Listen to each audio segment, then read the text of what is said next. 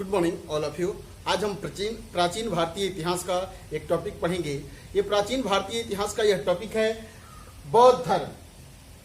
इससे एग्जाम में काफी प्रश्न पूछे जाते हैं और आज हम ये बौद्ध धर्म की प्रथम क्लास होगी, परिचय को समझेंगे। आइए समझते हैं बुद्ध का जीवन परिचय। अब देखिए, जन्म, बुद्ध का जन्म कब हुआ था तो याद करेंगे 563 बीसी में। कब हुआ था? 563 बीसी, 563 बीसी में बुद्ध का जन्म हुआ। और जन्म स्थान, बुद्ध का जो जन्म स्थान है ये कपिल वस्तु के लुम्बिनी ग्राम में। कहां पे हुआ था? कपिल वस्तु के लुम्बिनी ग्राम में इनका जन्म हुआ था। और ये कपिल वस्तु लुम्बिनी ग्राम है कहां? तो आज के नेपाल की तराई में यह कपिल वस्तु और लुम्बिनी ग्राम नेपाल की तराई में है। क्लियर हुआ? अब यहां देखिए कि इनके पिता का नाम क्या था। तो इनके पिता का नाम सुदोधन। याद रखें, क्या नाम है इनके पिता का? सुदोधन। तो हमने देखा कि बुद्ध का जन्म 563 बीसी में हुआ था। इनका जो जन्म स्थान है ये कहां है? कपिल वस्तु के लुम्बिनी ग्राम में। अब कपिल वस्तु ये लुम्बिनी ग्राम कहां है? तो आज के नेपाल की तराई में यह स्थित है। इनके पिता का नाम सुदोधन था और माता का नाम महामाया। पिता सुयोधन और माता महामाया थी। जन्म के 7वें दिन इनकी माता की मृत्यु हो गई थी। इनका जन्म जो हुआ था ये साल वृक्ष के नीचे हुआ था। इनकी माता जो गर्भ से थी तो गर्भ के 8वें मंथ यह अपने मायके जा रही थी। और मायके जब जा रही थी उस रास्ते में ही इन्हें प्रसव पीड़ा होती है और एक साल वृक्ष के नीचे बुद्ध का जन्म होता है। और यह पुनः अपने जो ससुराल ज्योतिषों को बुलाया तो ज्योतिषों ने भविष्यवाणी, आपका यह बालक काफी तेजस्वी और संसार विख्यात होगा, या तो यह सन्यासी होगा या यह बड़ा चक्रवर्ती सम्राट होगा। राजा ने पूछा, सुयोधन ने पूछा कि हे आचार्य, आप ये बताएं कि क्या यह मेरा पुत्र जो है चक्रवर्ती सम्राट होगा? फिर ज्योतिषी ने कहा कि नहीं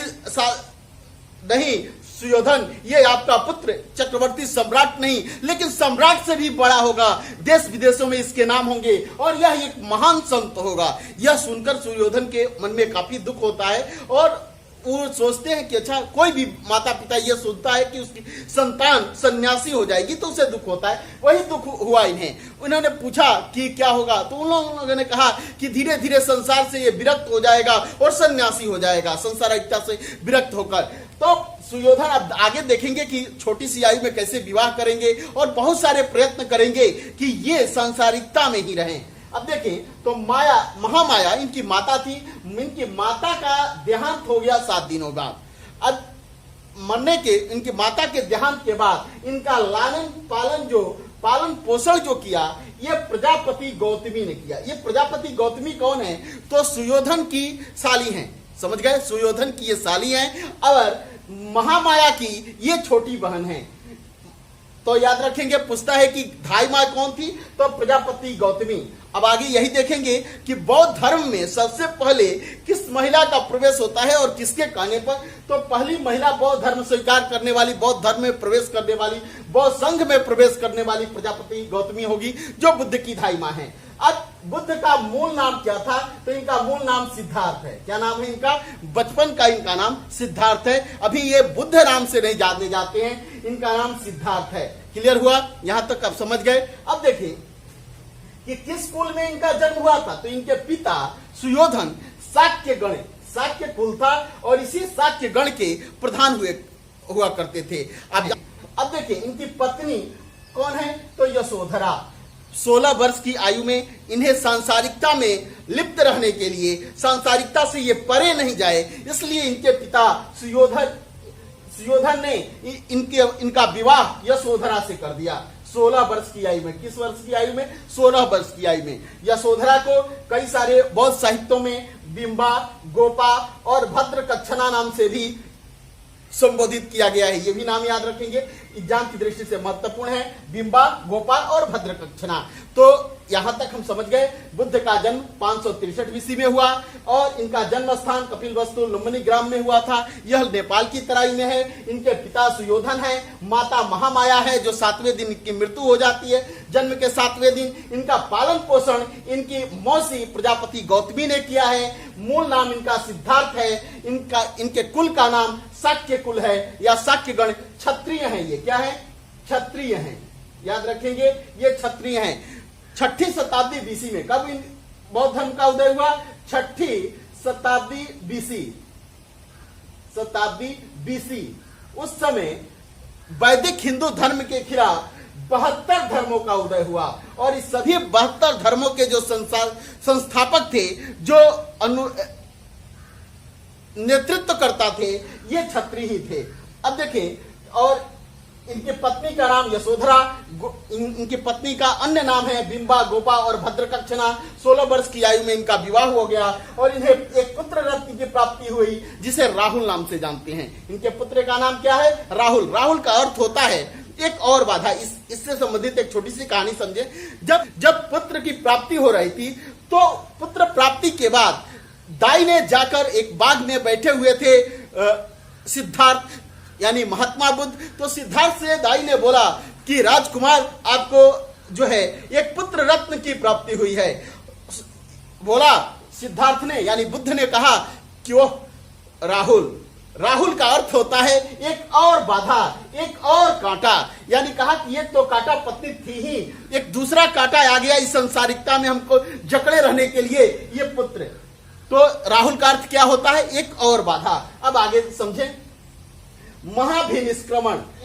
बुद्ध ने 29 वर्ष की अवस्था में, ये याद रखेंगे, 29 वर्ष की अवस्था में गृह त्याग कर दिया यानी घर को छोड़ दिया। महाभिनिष्क्रमण हो गया बुद्ध का कब? 29 वर्ष की अवस्था में। घर त्यागने के बाद अपने राज्य की, इनके राज्य की सीमा जहां अंत हो रही थी वहां एक नदी बहती है, इसका नाम है अनोमा नदी। याद रखेंगे, अनोमा नदी के तट पर इन्होंने अपना मुंडन कराया और मुंडन कराने के बाद कासाय वस्त्र धारण किया। कासाय वस्त्र का होता है अर्थ रेशमी वस्त्र धारण किया और अपने राजसी वस्त्रों का त्याग कर सन्यासी रूप धारण करके इन्होंने अनोमा नदी को पार किया। इस नदी को पार करने के बाद इन्होंने अपना एक गुरु बनाया जो इनका प्रथम गुरु हैं। इनका नाम है अलार कलाम। क्या नाम है? अलार कलाम। अलार कलाम जो हैं ये सांख्य दर्शन के शिक्षक हैं। किस दर्शन के? सांख्य दर्शन के। भारत का प्राचीनतम दर्शन सांख्य दर्शन है। सांख्य दर्शन के प्रणेता कौन है? तो महर्षि कपिल सांख्य दर्शन के प्रणेता हैं। तो भारत का प्राचीनतम दर्शन जो है सांख्य दर्शन है और इस दर्शन के प्रणेता कपिल ऋषि हैं, कपिल मुनि हैं। ज्ञान की प्राप्ति से संबंधित कुछ तथ्यों को याद करें कि 35 वर्ष की अवस्था में, किस वर्ष की अवस्था में? 35 वर्ष की अवस्था में इन्हें, 35 वर्ष की आयु में अवस्था में इन्हें ज्ञान की प्राप्ति हुई। स्थान कौन सा था? बोध गया। बिहार के बोध गया में इन्हें ज्ञान की प्राप्ति हुई थी और उस समय बोध गया को किस नाम से जानते थे? उरुगवेला। वो ज्ञान की प्राप्ति 35 वर्ष की अवस्था में और उरुगवेला यानी बोध गया में हुई। बोध गया कहाँ है? बिहार। क्लियर हुआ? अब देखें नदी कौन सी, किस नदी के तट पर इन्हें ज्ञान की प्राप्ति हुई थी?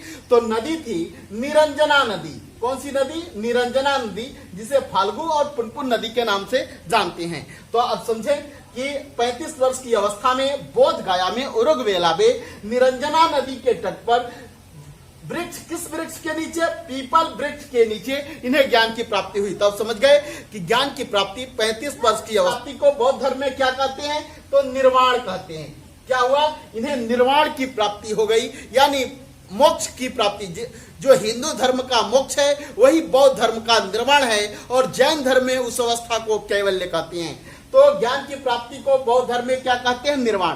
किस दिन को ज्ञान की प्राप्ति हुई? ये याद रखें, वैशाख पूर्णिमा के दिन। किस दिन ज्ञान की प्राप्ति हुई? वैशाख पूर्णिमा के दिन इन्हें निरंजना नदी के तट पर साल पीपल वृक्ष के नीचे बोध गया में ज्ञान की प्राप्ति हुई। ज्ञान प्राप्ति के बाद सिद्धार्थ, अब सिद्धार्थ नहीं रहे, सिद्धार्थ को निम्नलिखित नामों से पुकारा जाने लगा। महात्मा बुद्ध। ज्ञान प्राप्ति के बाद सिद्धार्थ महात्मा बुद्ध, शाक्य मुनि और तथागत नाम से पुकारे गए। याद रखें, ज्ञान प्राप्ति के बाद प्रथम उपदेश एग्जाम के लिए काफी महत्वपूर्ण है। बुद्ध ने अपना प्रथम जो है धर्म दर्शन या प्रथम उपदेश कहां दिया, तो ये दिया था इन्होंने सारनाथ। सारनाथ कहाँ है? उत्तर प्रदेश में है, वाराणसी के पास है, उत्तर प्रदेश में बनारस के पास है यह। और ये ऋषिपत्तनम, उस समय इसका नाम सारनाथ का ऋषिपत्तनम हुआ करता था।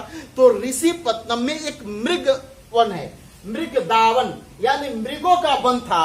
उसी वन में इन्होंने 5 ब्राह्मणों को, जिसमें कौंडिन्य थे, इन 5 ब्राह्मणों को इन्होंने प्रथम उपदेश दिया। इस प्रथम उपदेश की घटना को इतिहास में, बौद्ध धर्म के इतिहास में धर्म चक्र प्रवर्तन कहते हैं। धर्म चक्र प्रवर्तन का संबंध किससे है? तो बुद्ध द्वारा दिए गए प्रथम उपदेश से है। और सर्वाधिक उपदेश बुद्ध ने कहां दिए? तो कौशल राज्य की राजधानी श्रावस्ती में। सर्वाधिक उपदेश किस राज्य में बुद्ध ने दिया? तो कौशल राज्य में। उस समय कौशल राज्य के शासक प्रसेनजीत थे और प्रसेनजीत बुद्ध के मित्र हुआ करते थे। अब देखिए उपदेश की भाषा क्या थी, बुद्ध किस भाषा में उपदेश अपने धर्म प्रचार किए? तो पाली भाषा में। क्लियर हुआ? तो आप समझ गए कि 29 वर्ष की अवस्था में गृह कहता है। बुद्ध के अनुयायी शासक कौन कौन थे, यानी उस समय के कौन कौन से राजा बुद्ध के अनुयायी थे? तो बिंबिसार। आप जान रहे हैं कि मगध के प्रथम वंश, हर्यक वंश का संस्थापक बिंबिसार बुद्ध के समकालीन थे और यह बुद्ध के अनुयायी थे। उसके बाद से उदयन, यह भी जो है हर्यक वंश का शासक है। उदयन भी बौद्ध धर्म महात्मा बुद्ध के अनुयायी थे। और प्रसेनजीत जो कौशल देश के राजा थे, ये भी बुद्ध के अनुयायी थे। अब देखिए प्रधान शिष्य, इनके प्रधान शिष्य कौन थे? तो आनंद और उपाली, 2 प्रधान शिष्य थे, आनंद और उपाली। महापरिनिर्वाण, मृत्यु की घटना के, बौद्ध धर्म में मृत्यु की घटना को महापरिनिर्वाण के नाम से जानते हैं। तो बुद्ध का महापरिनिर्वाण कब हुआ? तो 483 ईस्वी में। कितने वर्ष की आयु में? तो 80 वर्ष की आयु में इन्हें मृत्यु की प्राप्ति हो गई। कितने वर्ष की आयु में? 80 वर्ष की आयु में इन्हें मृत्यु की प्राप्ति हो गई है। और कहा मृत्यु प्राप्ति हुई? तो कुशीनारा में। कहा जाता है, कहानी है कि कुशीनारा में चंद्र नामक एक जो है सुनार इनका जो है शिष्य था, उन्हीं के घर आए हुए थे। सुअर के मांस खाने से इन्हें अतिसार रोग हो गया। उसके बाद से इनके पेट में अति दर्द हुआ। दर्द की अवस्था में यह उसके घर से निकल गए और हिरण्यवती नदी के तट पर एक आम का बगीचा था, वहीं पर इनकी मृत्यु हो गई। मृत्यु से तुरंत पहले इन्होंने अपना अंतिम उपदेश सुभक्ष को दिया था। किसको? सुभक्ष को दिया था। तो बौद्ध धर्म से संबंधित, आज बुद्ध के जीवन से संबंधित बहुत सारी बातों को समझा और बौद्ध दर्शन से संबंधित बातों को हम अगली क्लास में समझेंगे। क्लियर? आपको समझ में आ गया होगा। एक बार इसे रिपीट करते हैं, ध्यान से सुने। बुद्ध का जीवन परिचय, बुद्ध का जीवन परिचय से संबंधित महत्वपूर्ण तथ्य। जन्म किस वर्ष हुआ? 583 ईस्वी में हुआ था। जन्म स्थान कपिल वस्तु, लुम्बिनी ग्राम, नेपाल की तराई में हुआ था। पिता सुधोधन, माता का नाम महामाया, जो जन्म के 7वें दिन जिनकी मृत्यु हो गई। पालन पोषण इनका जो है प्रजापति गौतमी ने किया। मूल नाम इनका सिद्धार्थ था। कुल इनका शाक्य कुल था। शाक्य गण के इनके पिता प्रधान हुआ करते थे। पत्नी यशोधरा थी। 16 वर्ष की अवस्था में यशोधरा से इनका विवाह हो गया और विवाह के उपरांत इन्हें एक पुत्र रत्न की प्राप्ति हुई, जिसका नाम राहुल था। अब देखिए महाभिनिष्क्रमण, बौद्ध धर्म में गृह त्याग की घटना को, बुद्ध के घर छोड़ने की घटना को महाभिनिष्क्रमण के नाम से जानते हैं। 29 वर्ष की अवस्था में बुद्ध ने घर का त्याग कर दिया और अनोमा नदी के तट पर राजसी वस्त्रों का त्याग कर कासाय वस्त्र को धारण किया और सन्यासी का वेश ग्रहण किया। प्रथम गुरु कौन थे? अलार कलाम, ये सांख्य दर्शन के आचार्य हैं और भारत का सांख्य दर्शन भारत का प्रथम दर्शन है। ज्ञान प्राप्ति से संबंधित कुछ तथ्यों को समझे। 35 वर्ष की आयु में बौद्ध गया में यानी उरुग्वेला में, और नदी कौन सी? निरंजना नदी के तट पर, जिसे आज फाल्गु और पुनपुन के नाम से जानते हैं, साल वृक्ष के नीचे इन्हें ज्ञान की प्राप्ति हुई।